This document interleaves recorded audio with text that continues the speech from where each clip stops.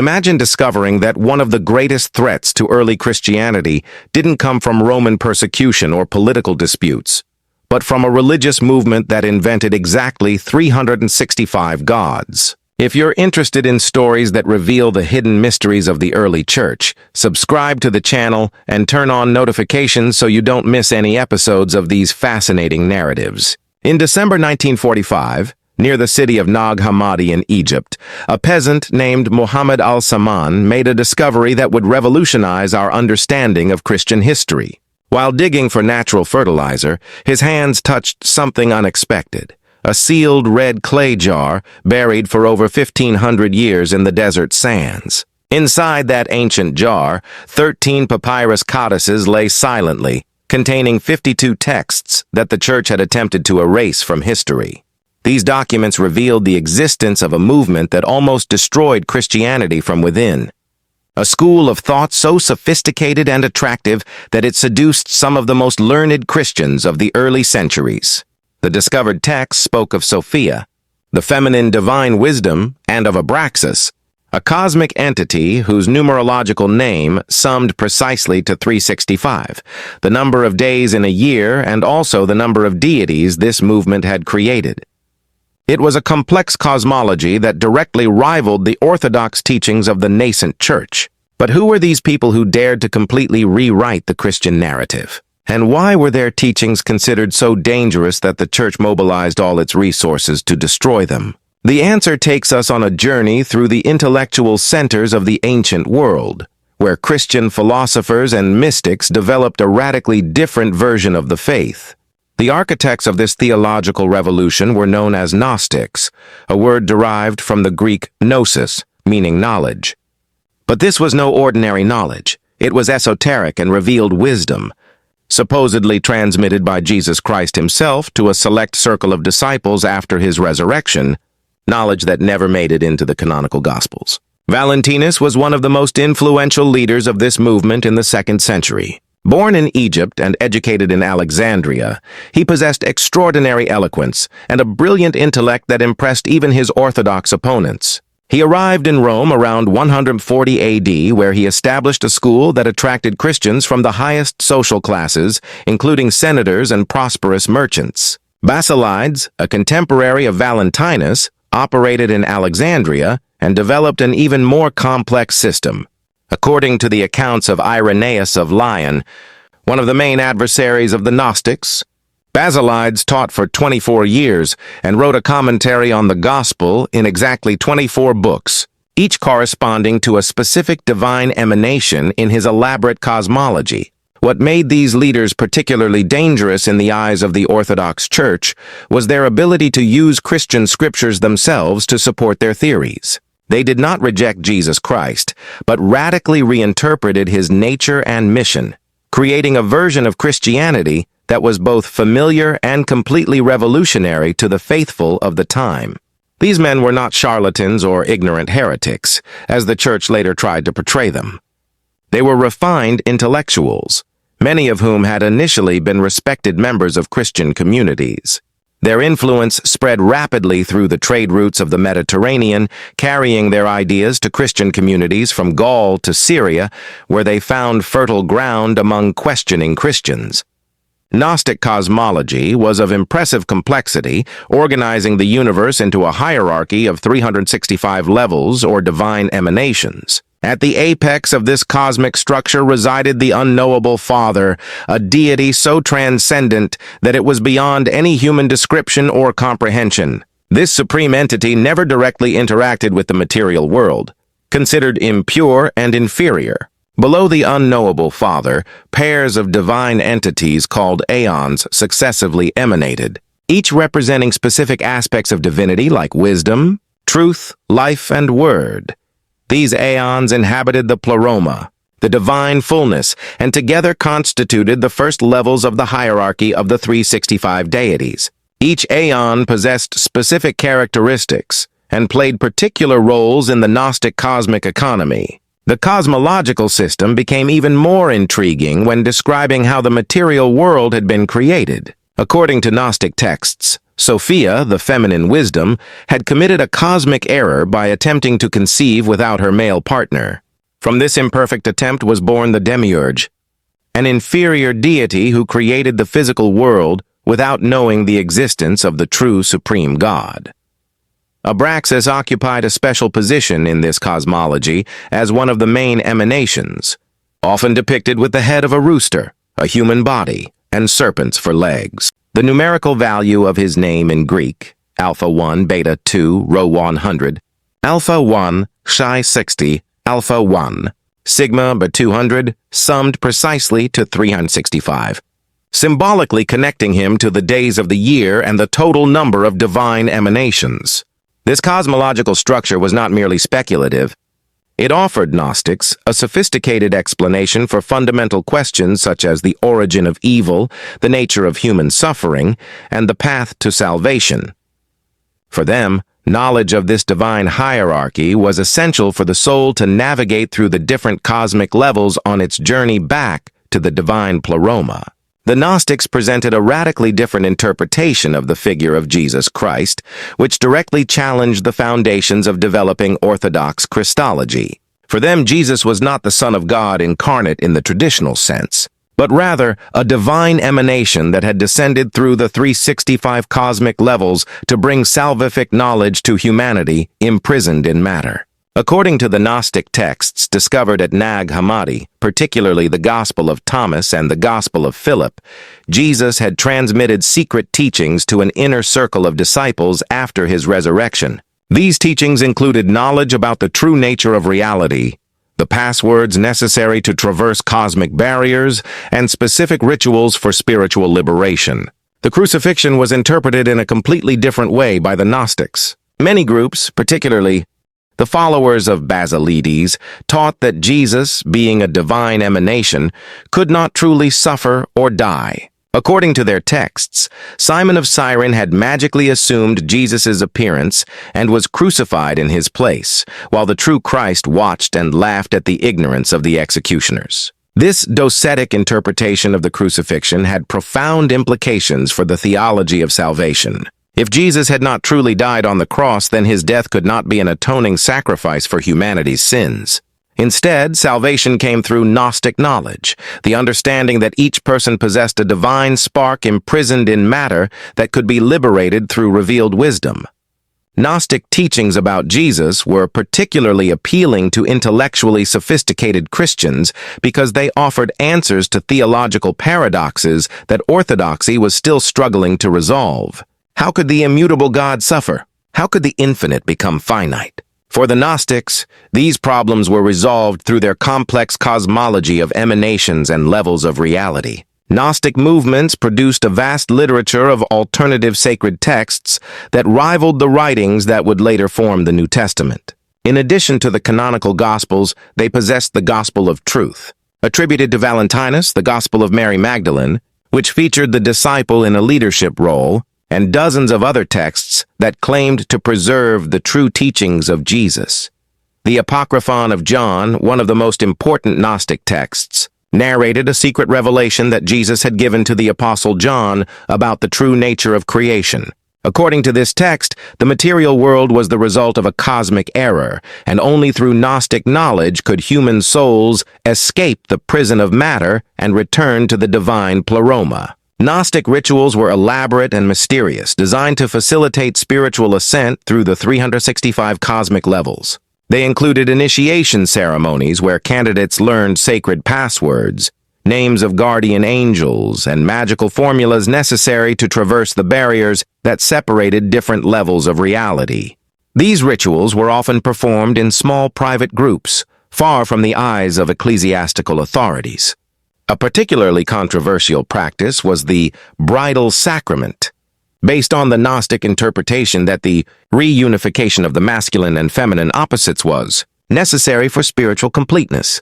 Some groups practiced spiritual wedding rituals, while others, according to the accounts of their detractors, supposedly performed ceremonies that included ritualized sexual practices, although the veracity of these accusations is questioned by modern scholars. Gnostics also developed rigorous ascetic practices, including prolonged fasts, specific meditations, and visualization techniques aimed at facilitating direct mystical experiences with the divine emanations. These spiritual exercises were considered essential for purifying the soul and preparing it to receive the higher mysteries of Gnostic knowledge, creating a highly experiential and personal spirituality. When the leaders of the early church began to perceive the extent of Gnostic influence in Christian communities, the response was swift and determined. Irenaeus of Lyon, a bishop in the 2nd century, wrote his monumental work Against Heresies specifically to combat Gnostic teachings, dedicating years of research to understand and systematically refute every aspect of Gnostic theology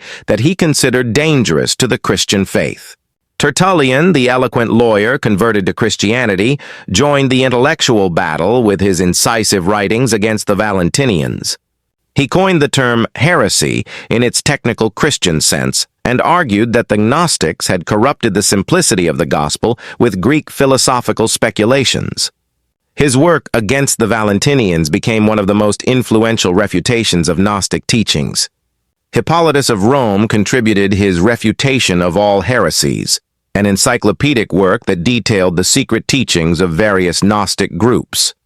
Ironically, these anti-heretical texts are today some of our main sources of information about Gnostic beliefs, as they preserved details that would otherwise have been lost with the destruction of the original texts. The strategy of the Orthodox Church was multifaceted. Intellectually, the Church Fathers developed sophisticated theological arguments to demonstrate that Gnostic teachings contradicted apostolic scriptures. Institutionally, they began to establish stricter criteria for determining which texts should be considered authentic scripture, a process that would culminate in the formation of the official biblical canon. Organizationally, the Church strengthened its hierarchical structure, emphasizing episcopal authority as a safeguard against deviant teachings. Bishops like Irenaeus argued that true apostolic tradition had been preserved through uninterrupted episcopal succession, not through secret revelations allegedly transmitted to esoteric circles of initiates as the Gnostics claimed. The fate of Gnostic movements changed dramatically when Emperor Constantine legalized Christianity through the Edict of Milan in 313 AD. For the first time in history, the Christian Church possessed not only religious freedom but also the growing support of Roman imperial power. This alliance between church and state would create new opportunities to definitively suppress Gnostic movements considered heretical. Constantine, though he converted to Christianity only on his deathbed, showed genuine interest in unifying the Christian Church under a common doctrine. Theological divisions, including the Gnostic and Arian controversies, were seen as threats to the stability of the empire. The emperor began to convene ecclesiastical councils to resolve doctrinal disputes and establish official orthodoxy supported by imperial authority. The Council of Nicaea in 325 AD, while primarily focused on the Arian controversy, set important precedents for defining Christian orthodoxy that implicitly excluded Gnostic interpretations. The Nicene Creed, with its clear affirmation of Jesus Christ's real incarnation and his true death on the cross, directly contradicted the docetic teachings of many Gnostic groups. Theodosius thought went even further, declaring Nicene Christianity the sole official religion of the Roman Empire in 380 AD through the Edict of Thessalonica. This imperial decree not only established Christian orthodoxy as legal norm, but also provided the Church with the legal instruments necessary to persecute groups considered heretics, including Gnostic communities that still resisted. The implications were profound and immediate. Gnostic groups that had operated relatively openly during the 2nd and 3rd centuries were forced into clandestinity. Their libraries were confiscated, their leaders exiled, and their property seized. What had begun as theological debate within Christian communities turned into systematic persecution supported by the power of the Roman state. The campaign to completely eradicate Gnostic texts from the face of the earth was one of the most systematic censorship operations in ancient history. Throughout the Roman Empire, libraries were searched, scriptoria were closed, and any manuscript containing Gnostic teachings was publicly burned. This mass destruction explains why the texts discovered at Nag Hammadi are so precious to our modern understanding. Bishop Athanasius of Alexandria issued his famous Festal Letter in 367 AD, officially listing the 27 books that would constitute the canonical New Testament. More significantly, the letter also ordered that all other Christian texts be removed from churches and destroyed. This was likely the order that led the monks of St. Pachomius's monastery to hide the Nag Hammadi codices. Archaeological evidence suggests that the destruction was almost complete. Before the Nag Hammadi discoveries, our knowledge of the Gnostics came almost exclusively from the writings of their orthodox adversaries. Occasional fragments of Gnostic papyri found in Egypt indicated the existence of a vast literature that had been systematically eliminated from the Christian manuscript tradition. John Chrysostom, the eloquent preacher of Constantinople, publicly advocated for the burning of heretical books as an act of spiritual purification. In his sermons, he compared the destruction of Gnostic texts to Jesus' cleansing of the temple, arguing that the church had a sacred duty to protect the faithful from teachings that could corrupt their simple faith. The effectiveness of this destruction campaign was impressive. In less than a century, texts that had circulated widely among Christian communities throughout the Mediterranean world virtually disappeared. Entire libraries of Gnostic literature were reduced to ashes, and oral traditions that had been passed down for generations were silenced. The movement that invented 365 gods was being systematically erased from history. Even under intense imperial persecution, some Gnostic groups managed to survive by taking refuge in the geographical and cultural margins of the Roman Empire. In Egypt, particularly in the region of Alexandria and Upper Egypt, Gnostic communities continued to operate secretly, maintaining their traditions through clandestine networks of initiates who preserved the teachings through carefully controlled oral transmission. Mesopotamia became another important refuge for fleeing Gnostics. The Manichaeans, followers of the prophet Mani who had incorporated Gnostic elements into their religious system, established flourishing communities along the trade routes between the Roman Empire and Persia. These communities offered protection and continuity to Gnostic traditions that were being eliminated in the Roman provinces. Some Gnostic groups found unexpected protection among Jewish communities that, although theologically distinct, shared the status of religious minorities under imperial Christian pressure. Gnostic texts were preserved in Hebrew and Aramaic translations, and Gnostic elements influenced the later development of Jewish mystical literature, including traditions that would eventually contribute to the formation of medieval Kabbalah. In the region of Gaul and along the Germanic borders of the empire, Gnostic groups managed to blend with local religious traditions, creating syncretic syntheses that preserved core elements of Gnostic thought in new cultural forms. These adaptations allowed Gnostic ideas to survive, albeit transformed, in contexts where Orthodox Christianity had not yet established total control. The most remarkable of these refugees was established in the Caucasus Mountains, where Gnostic communities created isolated societies that preserved texts and traditions for additional centuries. Accounts from medieval travelers occasionally mention encounters with groups who practiced strange rituals and possessed ancient books written in languages that the locals could not read, possibly references to these surviving Gnostic communities. During the centuries following the official suppression of Gnostic movements, characteristic ideas of Gnostic thought periodically resurfaced in new religious movements across medieval Europe. The Bogomils in the Balkans, the Cathars in southern France, and various dualist groups scattered across the European continent demonstrated theological characteristics that clearly echoed ancient Gnostic teachings about the malevolent nature of the material world. The Cathars, or Albigensians, represented the most significant resurgence of Gnostic thought during the medieval period. Concentrated mainly in the Languedoc region of southern France, they taught a sophisticated dualistic cosmology that clearly distinguished between the good God of the spiritual realm and the malevolent demiurge responsible for the creation of the physical world. Their teachings on the illusory nature of the crucifixion directly echoed the docetic doctrines of the ancient Gnostics. The response of the medieval church to the Cathars was even more violent than the persecution of the ancient Gnostics. The Albigensian Crusade, launched by Pope Innocent III in 1209, resulted in the massacre of tens of thousands of people and the complete destruction of the Occitan culture that had nurtured the Gnostic resurgence. The phrase, "kill them all, God will recognize his own," supposedly uttered during the siege of Béziers, illustrates the Church's determination to eradicate any vestige of Gnostic thought. The Inquisition was established partly in response to the resurgence of Gnostic ideas. Inquisitors developed sophisticated techniques to identify and eliminate groups that held dualist doctrines or teachings about secret knowledge. Inquisitorial manuals detailed specific questions designed to detect hidden Gnostic beliefs, demonstrating that the Church still considered these ideas an existential threat centuries after the original suppression. Simultaneously, Gnostic elements began to influence emerging esoteric traditions, including alchemy, Hermetic astrology, and various streams of heterodox Christian mysticism.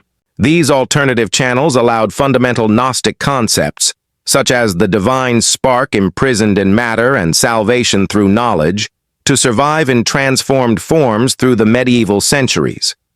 The modern rediscovery of Gnostic texts began in the 18th century, when European scholars started to critically examine the writings of the Church Fathers and question whether the orthodox accounts of the Gnostic heretics were entirely accurate.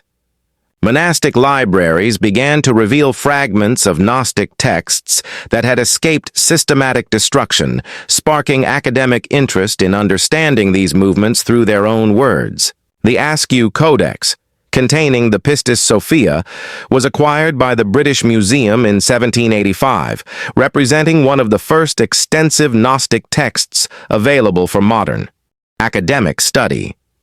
This 4th-century Coptic manuscript revealed for the first time the theological sophistication and spiritual depth of Gnostic teachings, contrasting dramatically with the caricatures presented by anti-heretical writers of antiquity. The discovery of the Nag Hammadi codices in 1945 completely revolutionized our understanding of ancient Gnosticism.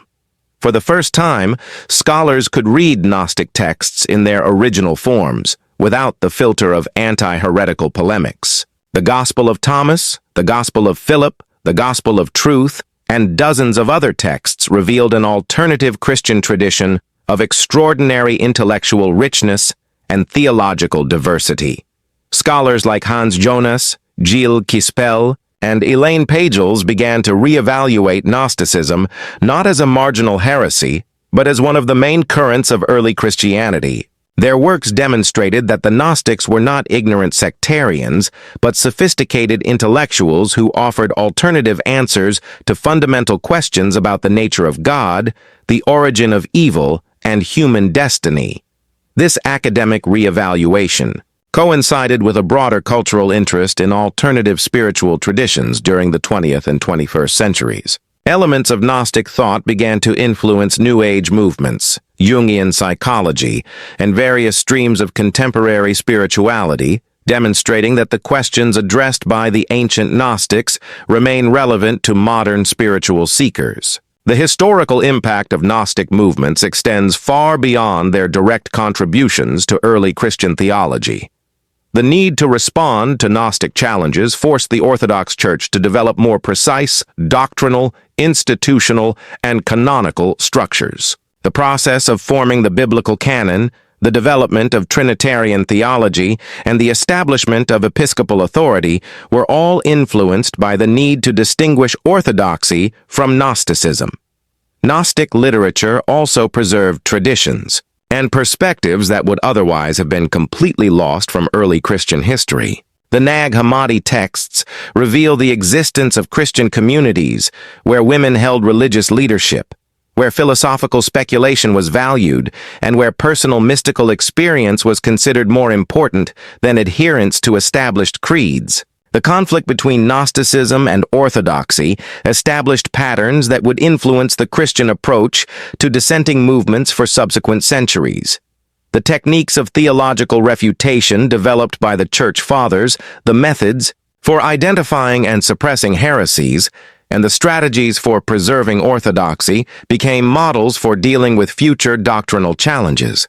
Philosophically, the Gnostics first articulated many questions that would remain central to Western thought: the nature of consciousness, the relationship between spirit and matter, the problem of evil, and the possibility of direct knowledge of the divine. Later thinkers, from Plotinus to Hegel, from Jung to contemporary philosophers, continued to explore intellectual territories first mapped by Gnostic theologians. The modern rediscovery of Gnostic texts also raised important questions about religious diversity, ecclesiastical authority, and the nature of historical truth. Contemporary scholars recognize that the victory of orthodoxy over Gnosticism was not inevitable, but the result of specific historical circumstances, including imperial support and the superior institutional organization of the Orthodox Church. As we examine the complete history of the movement that invented 365 gods and nearly ended the early church, profound lessons emerge about the nature of religious diversity, the dynamics of institutional power, and the perennial tension between authority and personal spiritual experience. The Gnostics represented an alternative vision of Christianity that valued individual seeking, intellectual questioning, and direct mystical experience. The suppression of Gnostic movements illustrates how dominant religious traditions can eliminate alternatives not through the intrinsic superiority of their ideas, but through control of institutional resources and political support. The alliance between the Orthodox Church and the Roman Empire provided the means for an eradication campaign that was remarkably effective, almost completely erasing a tradition that had flourished for centuries. Paradoxically, the very effectiveness of this suppression created the conditions for the accidental preservation of the Nag Hammadi texts. The monks who hid the codices in the Egyptian caves preserved for posterity a unique window into a world of early Christian diversity that would otherwise have been lost forever, allowing future generations to evaluate these traditions on their own merits. The story of the Gnostics also reveals the extraordinary theological and philosophical creativity of the early Christian centuries. Far from being a period of doctrinal uniformity, these centuries witnessed an explosion of religious experimentation, cosmological speculation, and ritual innovation. The 365 gods of Gnostic systems represented sophisticated attempts to map spiritual reality and understand the relationship between the divine and the human. Finally, the modern rediscovery of Gnostic texts reminds us that history is often written by the victors, but that vestiges of silenced voices can eventually resurface to enrich our understanding of the past. The movement that nearly destroyed the early church ultimately contributed, through its own suppression and rediscovery, to a deeper appreciation of the complexity and richness of human religious experience across the centuries.